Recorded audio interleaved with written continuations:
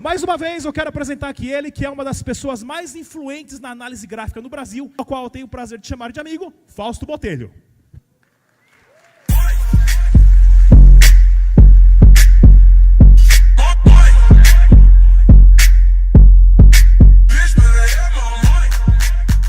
Obrigado, Rodrigo.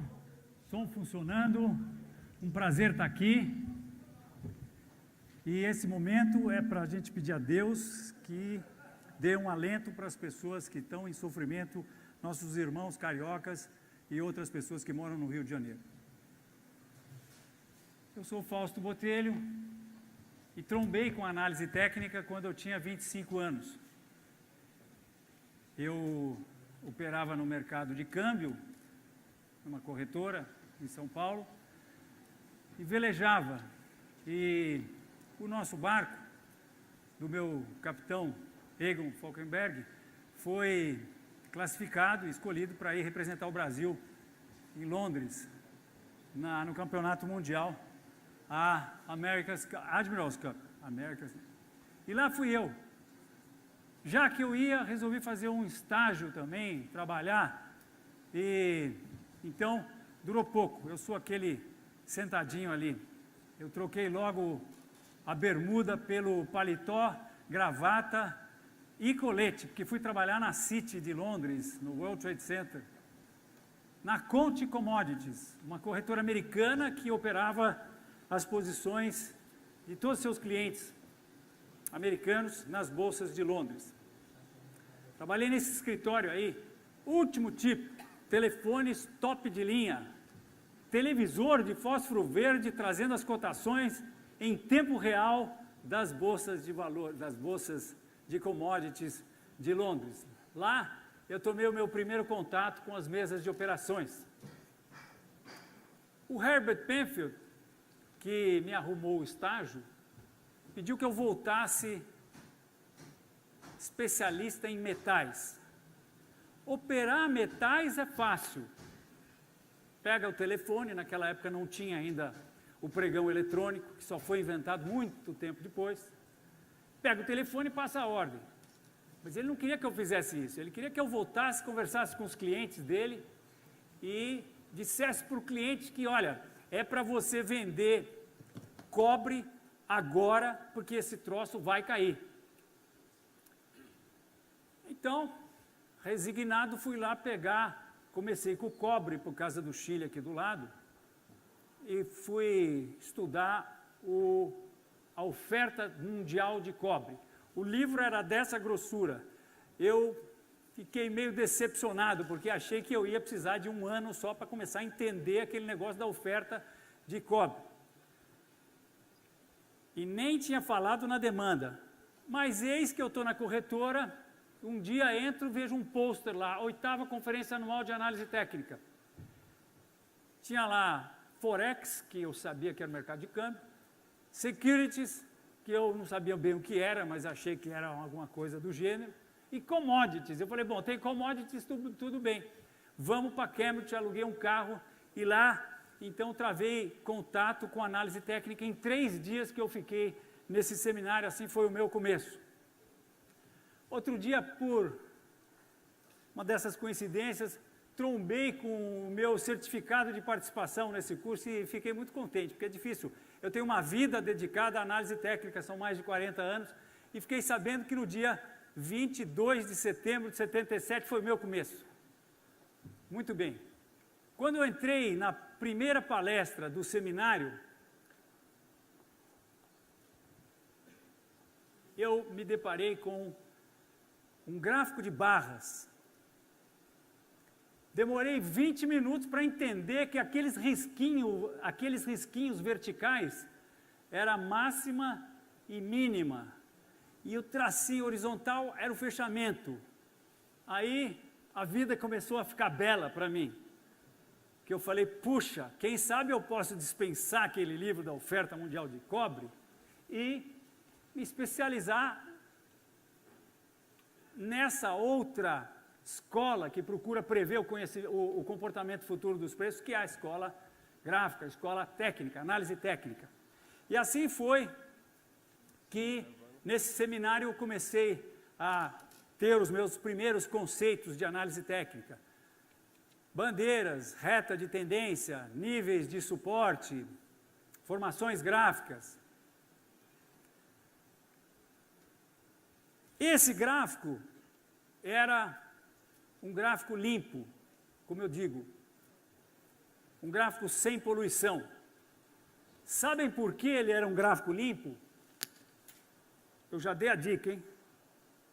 Avancei sem querer o slide. Por que ele era um gráfico limpo, que não tinha, como a gente vê muitos dos gráficos hoje, um monte de eletrocardiogramas embaixo? Um monte de indicadores junto, atrapalhando o gráfico dos preços, onde a gente opera. Quem sabe me dizer por quê? Em 1977, os gráficos eram limpos. Por quê, minha gente? Não tinha sido inventado ainda. Aliás, não tinha sido publicado esse livro do Wells Wilder, que foi o livro que lançou o primeiro e mais importante dos indicadores, chamado Relative Strength Index, o índice de força relativa, pelo Wells Wilder. Ele foi lançado só em 1978. E o Wells Wilder, pai de todos os indicadores, indicadores que hoje existem às dezenas, talvez centenas. Ele que escreveu o livro, que tem os principais indicadores, o DMI, os principais conceitos de momento e força relativa, que estão válidos até hoje. Se a gente vai na Wikipédia, a gente consulta as frases, as citações mais famosas dele. Deixar as emoções dominarem o seu plano ou método é a maior causa de falha nos trades. Alguns traders nascem disciplinados, a maioria tem que aprender da maneira mais difícil. Se você não consegue lidar com emoções, pare de operar. São conceitos simples que lidam com a parte psicológica, que é o que existe de mais importante.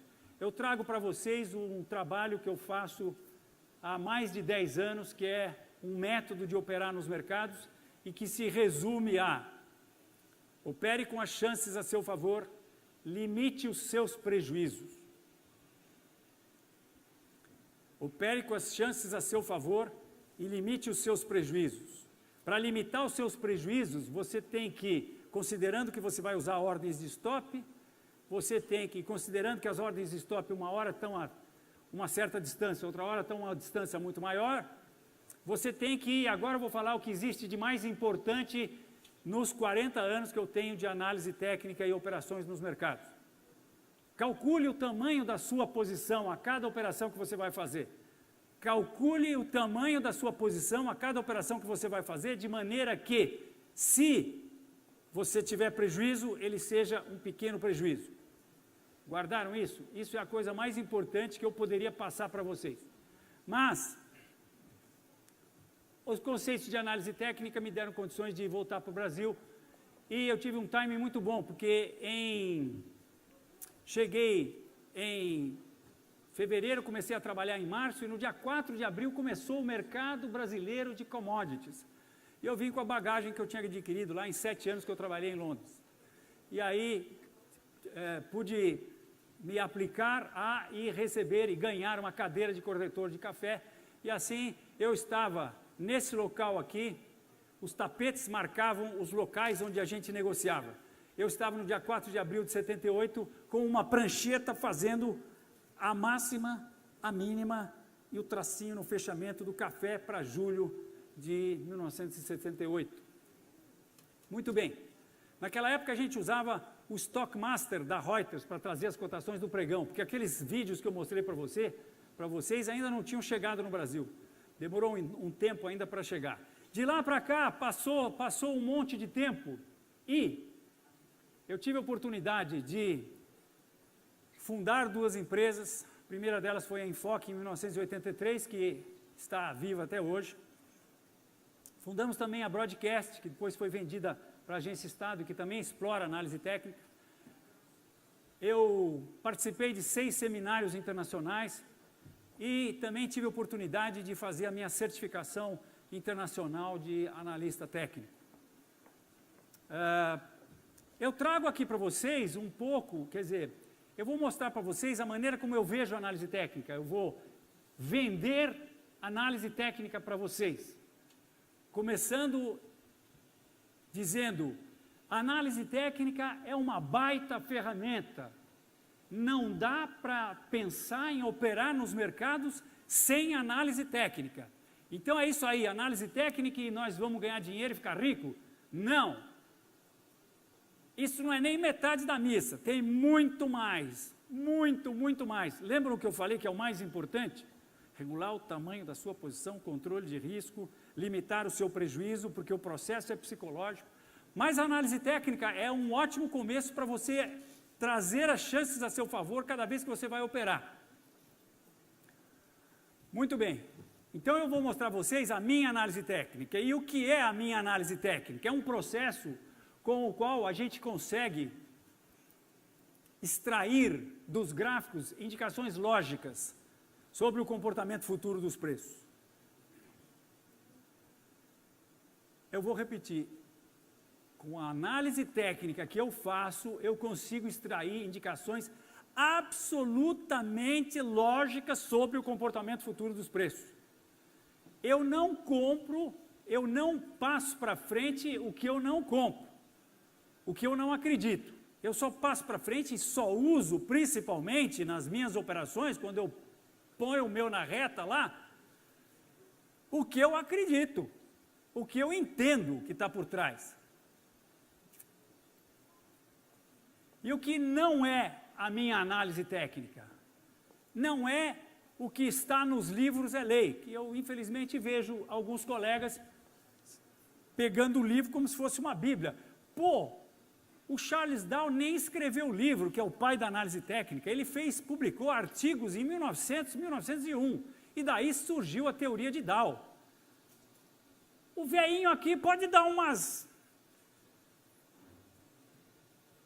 acochambradas na teoria de Dow, né? Não preciso seguir à risca o que foi escrito no livro em 1910. Pô, Ralph Nelson Elliott escreveu a teoria de Elliott em 1932, vai fazer 100 anos daqui a pouco. Pô, não tinha internet, não tinha computador, não tinha coisa nenhuma. E aí, o histórico de gráficos dele era de 32 anos, que o mercado começou mesmo a pegar. Engatou a primeira, segunda lá em Nova York em 1900, 1901. Já vinha antes, mas... Então eu também acho que tem direito de acreditar no que o meu zoinho vem e não no que está escrito no livro. Também a minha análise técnica não tem gráficos poluídos. Porque eu aprendi assim lá em 1977 em Cambridge. Depois disso eu li dezenas de livros. Fui em seminários internacionais e cheguei à conclusão, que é a conclusão que eu passo a vocês hoje. Quem quer um indicador acima de 20 compra, abaixo de 80, acima de 20 compra, abaixo de 80, né? Foi acima de 80, veio para baixo de 80, vende, abaixo de 20, quando cruza 20, compra. Minha gente, não tem almoço de graça, não é isso? Não. Cadê o Cláudio? Hoje tem, né? Mas é excepcional. No mercado não tem almoço de graça. Se alguém inventar um indicador que funciona, não vai custar R$100 por mês para você ter ele. Aliás, não vai custar nada, porque é impagável, não tem preço, e o cara vai manter no bolso dele, não vai passar para ninguém. Então, os indicadores que estão aí são uma pequena ajuda para o analista técnico. E mais, se o cara pegar um indicador e puser lá e olhar o indicador, ele não sabe nada. E se ele puser 2 ainda, ele sabe nada menos 2. Porque aí ele vai confundir o outro. Para usar indicadores e para usar os santos graus da análise técnica, o cara tem que ser um bom analista técnico. E quando ele se tornar um bom analista técnico, quem sabe, ele vai dispensar os indicadores. Gráficos com poluição. Não. Gráficos sem poluição. A gente opera no preço. É no preço que a gente opera, a gente não opera nos indicadores. Aí eu posso dar um zoom nesse cara aqui e ele vai me mostrar só aquele finalzinho ali, ó. Só o finalzinho. Isso é Bovespa. Não está bonito, está feio, Bovespa. Gráficos com poluição? Não. A minha análise técnica, como eu falei a vocês, é algo que me dá indicações lógicas sobre o comportamento futuro dos preços. Como esse gráfico aí.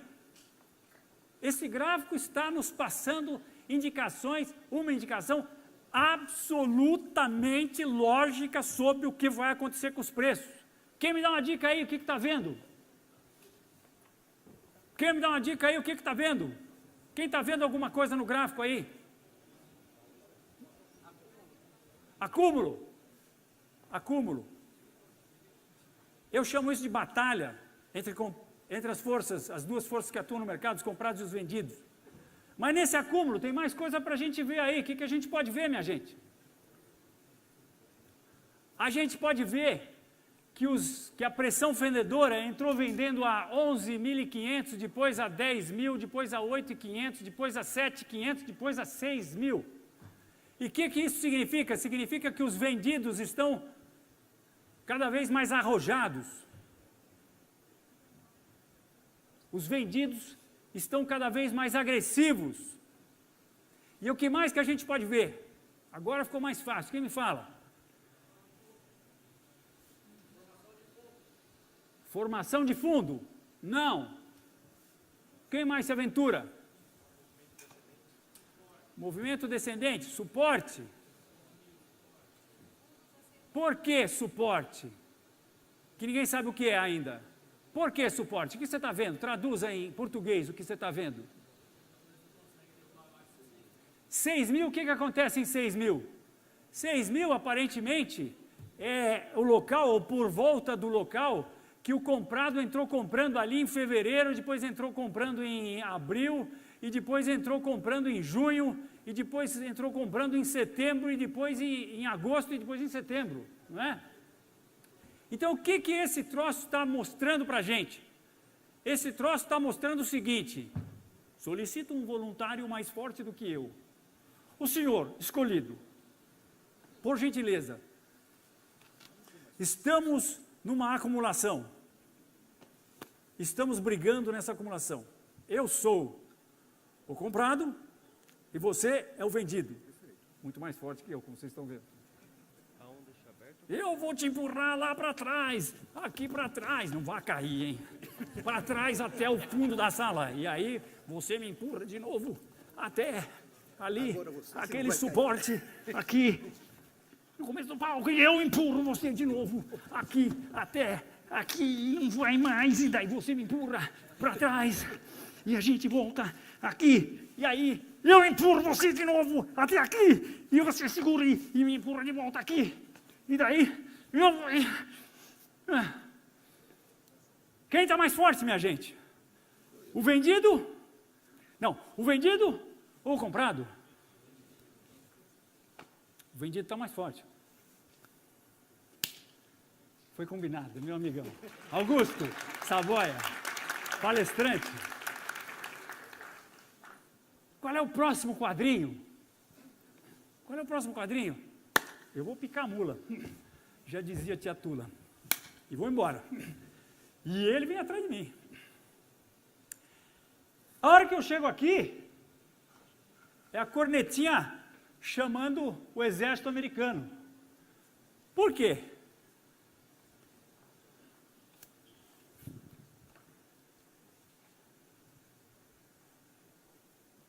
Porque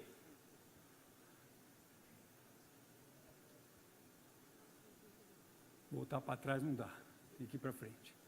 Por quê, minha gente? Aqui embaixo desse nível, que eu mostrei para vocês, que um colega disse apropriadamente que é um nível de suporte, vejam só. Em cima de um nível de suporte, tem um monte de ordens de compra. Sumiu um slide meu, deixa eu ver se eu acho ele aqui. O professor deve ter feito alguma coisa diferente aí, vamos ver. Não, desculpe, eu vou precisar voltar para trás aqui. Já dei as dicas aqui, mas não tem problema.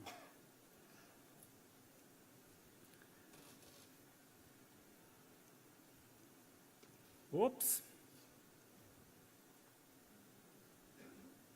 Sim.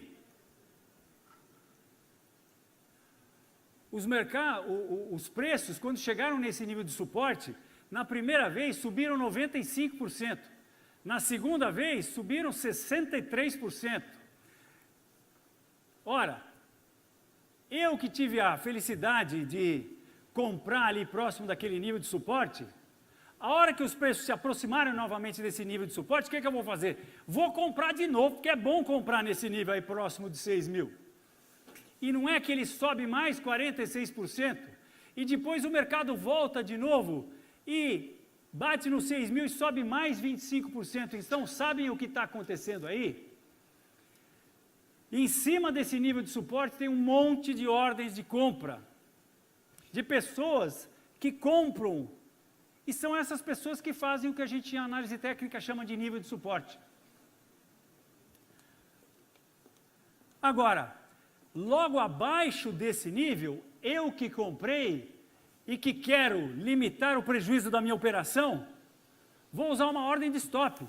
Porque, eu sei que o mercado está parando nos 6 mil, mas se a pressão de venda for forte o suficiente para dominar as ordens de compra e botar a cara para baixo, o que é que eu vou estar fazendo comprado nesse mercado? O meu stop, que é o meu sentinela, me tira do mercado automaticamente. Ninguém vem perguntar para mim, Fausto, está a fim de tomar um prejuízo? Porque eu vou falar assim, veja bem, espera aí que eu vou administrar essa posição e vou fazer todas as besteiras que a gente faz. Então o stop é muito importante porque ele é automático. E onde é que eu vou botar meu stop? Aonde? Quem me diz onde vai botar o stop? Abaixo do nível de suporte. Quem mais? Um outro ponto para botar o stop. Abaixo do nível de suporte. Abaixo do nível de suporte. Foi por telepatia que a gente se comunicou. Abaixo é você, a torcida do Corinthians e do Palmeiras e do Flamengo que vão botar abaixo do suporte. Portanto, abaixo do suporte tem um monte de ordens e por essa razão níveis de suporte são tão importantes, assim como níveis de resistência. E nós, como analistas técnicos, temos que saber se esses níveis são importantes, mais importantes, menos importantes. Precisamos aprender análise técnica para saber isso direitinho, mas basicamente, quanto maior o número de eventos técnicos acontecerem, mais importante é o nível de suporte ou resistência. Produção, se puder me dar uma aguinha.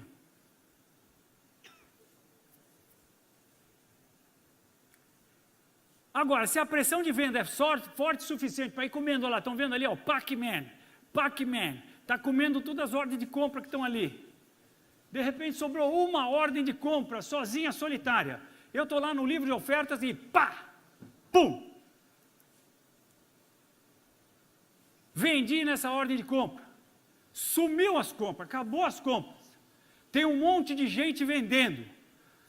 Tem compra só embaixo do suporte agora. Um cara precisa detonar, acender o pavio. Ele vai lá e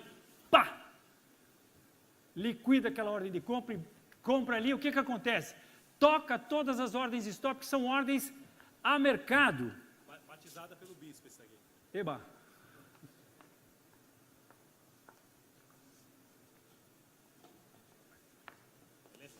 Thanks, Rodrigo. E o que acontece, minha gente? Não tem mais as ordens de compra, tem um monte de ordem de venda, junta fome com a vontade de comer e acontece o que aconteceu com o Bitcoin em novembro, dezembro. Tibum, para baixo. É isso que tem que acontecer. A análise técnica nos dá uma outra indicação maravilhosa quando isso acontece e desacontece. Se um nível importante de suporte é rompido, mas não acontece esse processo de que o americano chama de rally para baixo, ao contrário, ele ao invés de ir para baixo, ele dá uma furada ali e volta a subir, ele produz o que seria aí, e que eu considero uma das mais importantes, a mais importante, só não é a mais porque o irmão dele, que é lá em cima, é mais importante ainda. Porque o mercado, quem é trader, que faz posições compradas e posições vendidas são aquelas que você ganha quando o mercado cai. Quem é trader sabe que o mercado sobe na euforia e cai na prima irmã da euforia, que é muito mais poderosa que ela, chamada paura. E a paura é uma beleza para quem está vendido, para quem está comprado é um desastre, logicamente. Então, se o mercado rompe e desrompe, ele produz o que a gente chama de bear trap, armadilha para vendidos. E daí? Até onde vão os preços agora? Até onde vai cair? A análise técnica também nos dá condições de projetar objetivos. Como é que a gente faz isso? A gente pega a altura daquela acumulação, que a gente chama carinhosamente de triângulo descendente, e projeta ela para baixo e vem dar ali nos 3.000, e por acaso é exatamente onde chegou o Bitcoin. Ele chegou quase que milimetricamente na projeção do triângulo ascendente. E agora, minha gente? Isso é o que está acontecendo no Bitcoin. Tirei esse gráfico hoje cedo. O que vocês me dizem dessa acumulação? Só que agora eu mudei o time frame, o tempo gráfico. Esse gráfico aqui era um gráfico de... Está faltando um slide aí. Roubaram meu slide. Esse gráfico aqui é um gráfico de... esse aqui é um gráfico diário. Cada tracinho daquele é um dia. Esse aqui é um gráfico de 1 hora. Cada tracinho desse é 1 hora. 15 vezes 4. Então, essa acumulação que está no final aí, o que vocês estão vendo? Sim, exatamente. A mesma coisa ao inverso. Né? Foi telepatia aqui. Triângulo ascendente. Compradores cada vez paulatinamente mais agressivos. Vendedores no mesmo nível. Uma hora os vendedores vão falar, pô, esses caras estão vindo com muita sede ao pote aí, peraí, eu não vendo mais aqui agora eu só vendo aqui. E aí o cara, pá, vai lá e compra, e rompe a resistência. Então não tem erro, pode comprar Bitcoin que vai subir pra caramba. Veja bem. Temos que considerar que lidamos com o imponderável. Podem acontecer 322. Já pensou se o Satoshi Nakamoto tem que pagar uma dívida lá e resolve vender 1 milhão de bitcoins? Dançou. E mais outras 362 possibilidades. Para isso existe um negócio chamado ordem de stop. Para isso a gente tem que pensar em operar de tal maneira que a gente perca pouco. E quando ganhar, tente ganhar muito. Mas, aparentemente, Bitcoin vai romper para cima. Aliás, eu acho já que Bitcoin vai romper para cima. Nós vamos daqui a pouco fazer uma análise disso. Muito bem, mas vamos um pouco para a teoria. Vamos sair aqui do cirquinho nosso aqui, vamos para a academia. Existem 2 escolas que se propõem a prever o comportamento futuro dos preços. A escola fundamental, que é aquela que o cara tinha mandado eu fazer lá em Londres.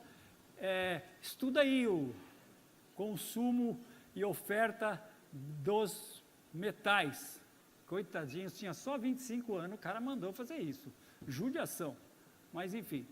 Existe também a escola técnica. Ambas procuram prever oscilações de preço.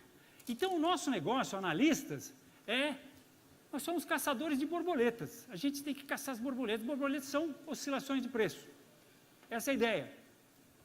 E já que a gente caça oscilações de preço, é bom a gente dar uma boa espiada em o que são oscilações de preço. Olha, elas acontecem para cima, para baixo e para o lado, basicamente. Né?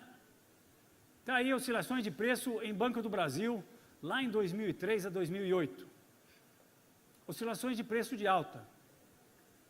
120%, 130%, 160%, 200% em 10 meses. Pô, legal também, né? Mas é que nessa época aí foi uma grande tendência de alta que aconteceu na Bovespa, aqui no Brasil. Oscilações de preço de baixa em Gol. Estamos lá em 1900 e não sei quando. 44% em 2,8 meses, 49%, 56%. E agora em criptomoedas. oscilações de preço em criptomoedas. 928% na Binance Coin em 31 dias, 1.785 em 20 dias. Oh, essa que é boa de pegar na veia, hein? Nossa Senhora! Há um tempo atrás eu fiz uma palestra e nós estávamos, o Bitcoin estava a $1.000. Quebrou um negocinho lá no projetor. Eu virei para a palestra e falei, era lá na Telefônica. Virei para a palestra, para o auditório e falei, olha, vou aproveitar aqui, dizer que vocês vão se lembrar desse dia e vão eventualmente contar para os seus filhos e para os seus netos que vocês assistiram uma palestra quando o Bitcoin estava $1.000. Até hoje eu recebo comentários de gente falando, olha, eu me lembro que você falou. Agora estou olhando para uma outra palestra e dizendo para vocês a mesma coisa. Muda 1.000 para 5.000. Vocês vão, eventualmente, segundo a minha visão, eu só pratico a minha análise técnica. Eu acho que o Bitcoin vai subir muito. Acho que as criptomoedas vão subir muito. Acho que os negócios do Cláudio vão prosperar muito. Oscilações de preço de baixa. Tem o outro lado da moeda. Nós estamos vendo o Zcash. 50% em 35 dias, 60% em 3 meses, 38% em 3 meses. Minha gente, por que os preços oscilam? É importante a gente entender isso. Fatores fundamentais mexem os preços. Notícias e fatores que só são do conhecimento dos insiders. Quem são os insiders do mercado de criptomoedas? Um monte de gente. Os caras que têm grandes quantidades de ações. Os caras que vão tomar um esquinho lá e falam assim, ó, amanhã nós vamos pegar ali $5 milhões e vamos enfiar naquela moeda, tá bom? A tal hora, tal. Geralmente não dá certo isso, né? Porque os caras combinam de puxar um preço de um ativo até certo ponto, mas como eles são todos ratos, normalmente, os ratos roem as cordas. E um passa a vender mais cedo do que o outro que quer se aproveitar. E aí, aquele troço faz assim, bum, depois assim. Bem, existem agências reguladoras no mundo inteiro, nos Estados Unidos é a SEC, aqui no Brasil é a CVM, que tem como uma das funções evitar que essas manipulações de preço aconteçam. Aqui no Brasil é crime operar com informações privilegiadas. Em todo mundo é crime operar com informações privilegiadas. O que quer dizer, portanto, que ninguém opera com informações privilegiadas, certo? Vocês pegaram o espírito da coisa. Minha gente, muitas vezes, informações que só são do conhecimento de meia dúzia, de 2, 3, são responsáveis por oscilações dramáticas nos preços. Ponto para análise técnica, porque nós consideramos esses troços. Como é que os preços oscilam? Por que os preços oscilam? Mostrei para vocês como os preços oscilam. O fator fundamental é o primeiro responsável. Mas é preciso que haja a digestão desse fator fundamental, porque fator fundamental não passa a mão no telefone e passa a ordem para a bolsa. Não tem laptop para passar a ordem para o pregão eletrônico na bolsa. Quem faz isso são vocês, seres humanos, com contas em corretoras, que abriram conta para operar criptomoedas. Muito bem. Então, o fator fundamental, veja bem, ele influencia as pessoas, que então agem. Fatores fundamentais não influenciam preços. Fatores fundamentais influenciam pessoas. Fatores fundamentais altistas fazem os preços subirem? Não. Vejam esse fator fundamental aqui. Eleição do Fernando Henrique Cardoso contra o Lula. Era o Lula... Não era o Lula Light aí. Fernando Henrique ganhou, pô, o Lula não ganhou, Fernando Henrique ganhou. E o mercado tibum para baixo. E temos outro aqui, eleição da Dilma. Nossa, a Dilma ganhou. E o mercado, bum, para cima. Exatamente o contrário do que todo mundo esperava. Por que isso? Porque aqui, por exemplo, na eleição do Fernando Henrique, o mercado já tinha subido ali, antes da eleição.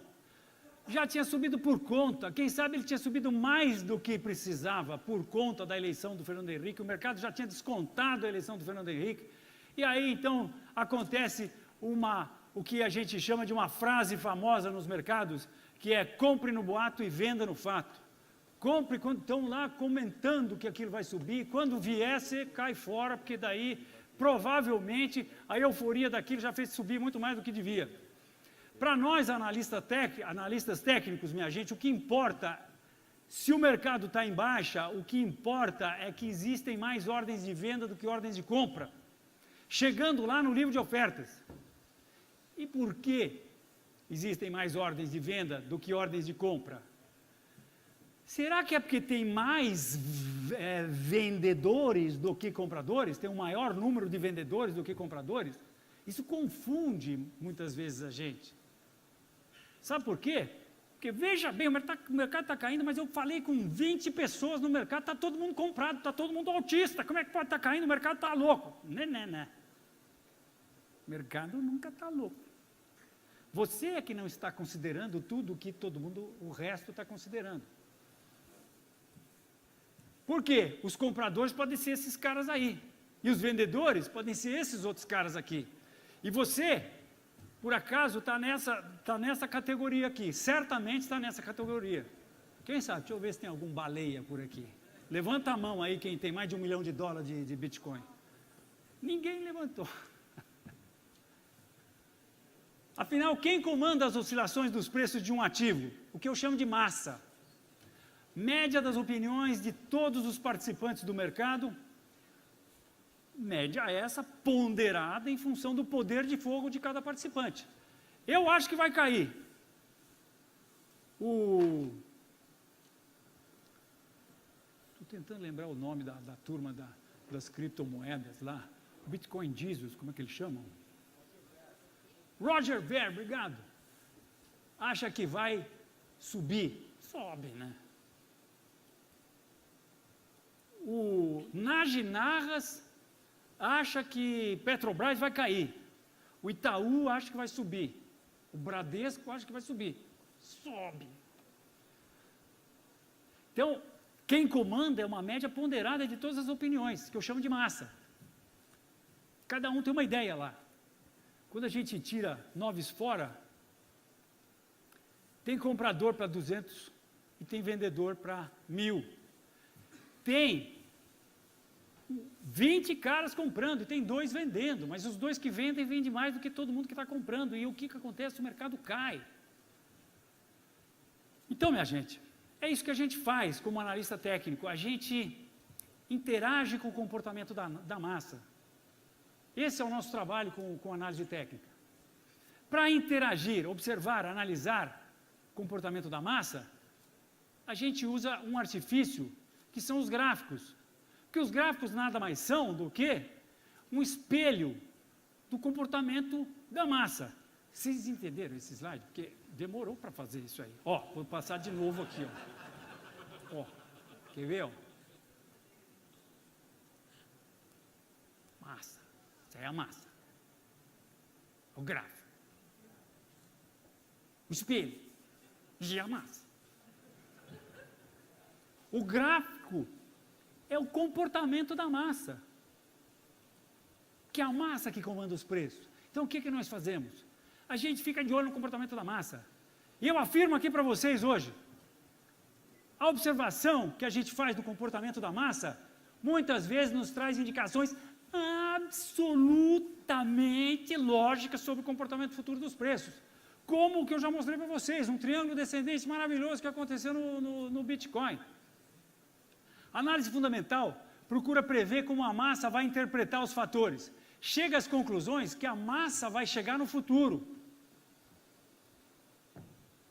Mas tem um problema, né? Não tem timing. A análise técnica, por outro lado, deixa os fatores, os fundamentos, serem interpretados pelos participantes do mercado e observa, analisa e procura interpretar o comportamento da massa. É mais ou menos que nem Freud e Jung. Freud vai lá atrás para ver como é que foi o comportamento do cara, tal, para ver como é que isso está influenciando, se o pai ou a mãe tiveram, não sei o que, é complicadíssimo. O Jung não, vê o que o cara está fazendo, dá uma aspirina lá, cura mais fácil. Resumidamente.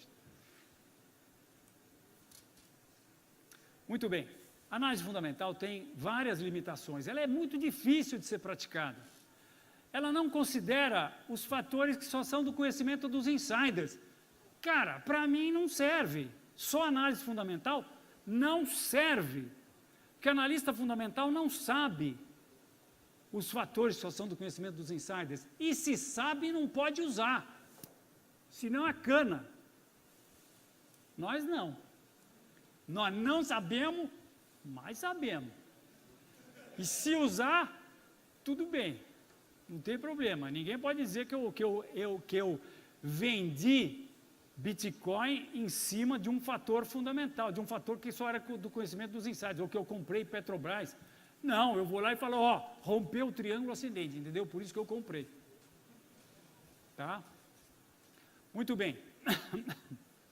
E principalmente a análise fundamental não tem timing. Ó, o cara fez uma análise maravilhosa de petróleo, estava nos 70, farra do crédito nos Estados Unidos, estamos aí em 2008, 2006. Farra do crédito, vai aumentar tudo, vai aumentar a produção, e tem mais outras coisas acontecendo. O cara previu que o petróleo ia para $140, ele estava corretíssimo. Compra, errou no timing. Ele vai para $140, só que dá uma passeadinha lá pelos 50, cai 30%, aí o cara não sobrevive porque ele não tem estômago para aguentar uma queda de 30% na posição dele. Depois vai lá para o 100, e nós analistas técnicos? Vai lá para o 140, e nós analistas técnicos, o que nós vamos fazer? Vamos comprar 50? Não, nós vamos comprar por ali onde ele comprou, um pouquinho acima talvez, mas na ida, não na volta. A hora que ele está indo. Por quê? Porque a análise técnica tem um timing muito legal. Ao analisar a massa, o analista técnico considera, ainda que indiretamente, todos os fatores fundamentais. Estou considerando o comportamento da massa. A massa já leu todos os jornais disponíveis, já viu todas as notícias da internet, já soube tudo que dá para saber.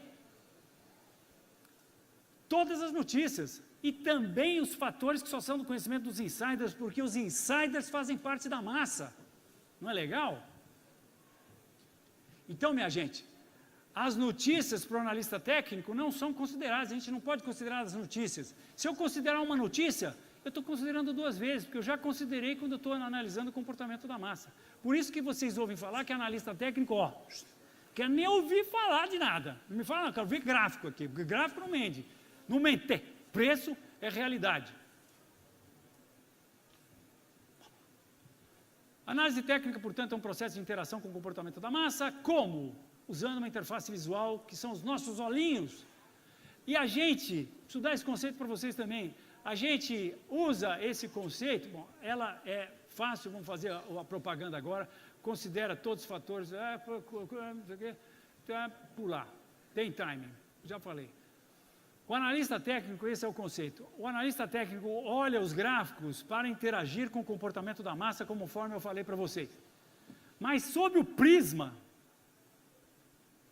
esse carinha aí é o analista técnico, choleirudo. Mas ele olha o gráfico sob o prisma de ficar de olho, minha gente, nas forças, de estudar as forças do mercado.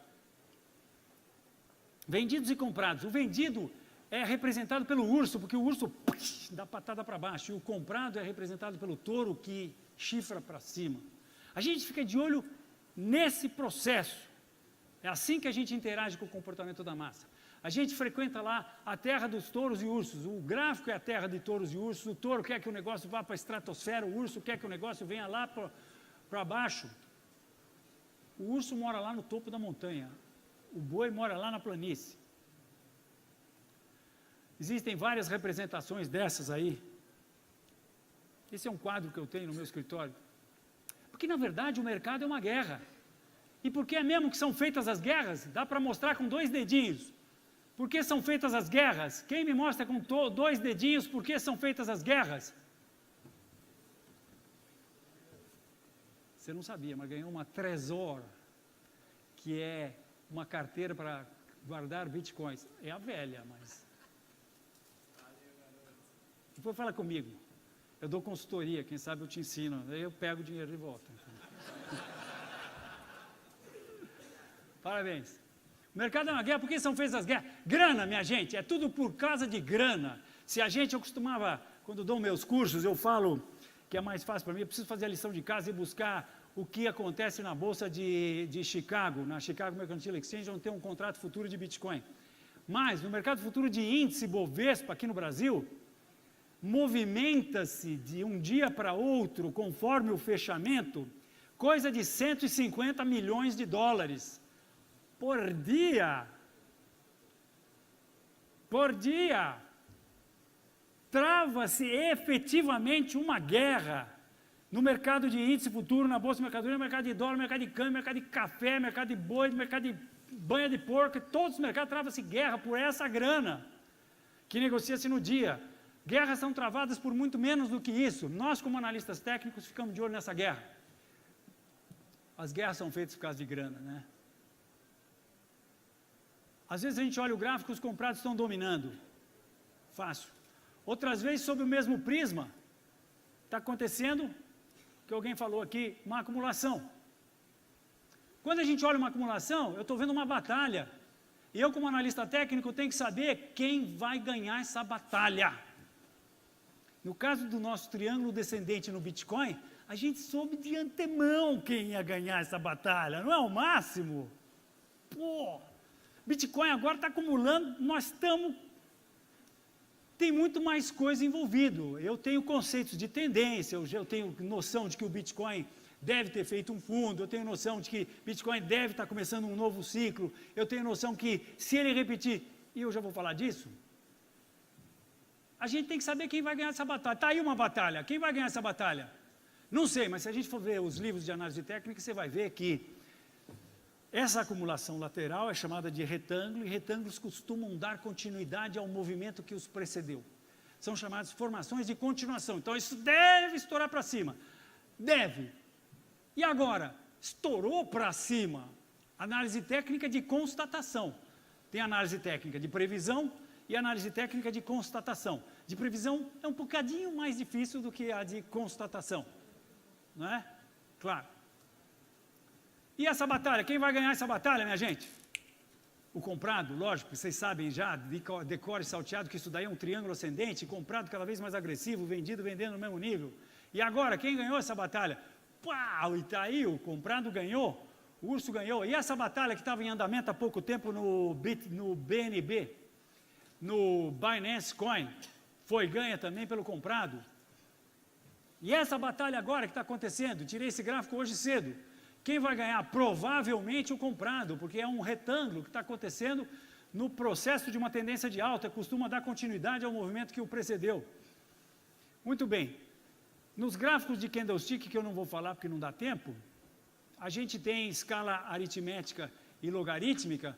Olha, isso aqui é escala logarítmica, que é a que tem que ser usada. E essa aqui é a escala aritmética no Bitcoin. Qual vocês acham que deve ser usado? É exatamente o mesmo gráfico. Esse é a escala logarítmica e esse é a escala aritmética. Pô, não precisa nem falar. Então, quando vocês verem um youtuber ou um blogger postando análises com gráficos de escala aritmética, vocês falam para ele, faça-me um favor, escala logarítmica. Chuta a canela do cara. Escala aritmética e logarítmica. Indexação eu também não vou falar porque eu achei que eu ia demorar menos. Nos mercados de criptomoedas, eu vou falar assim dos tipos de indexação.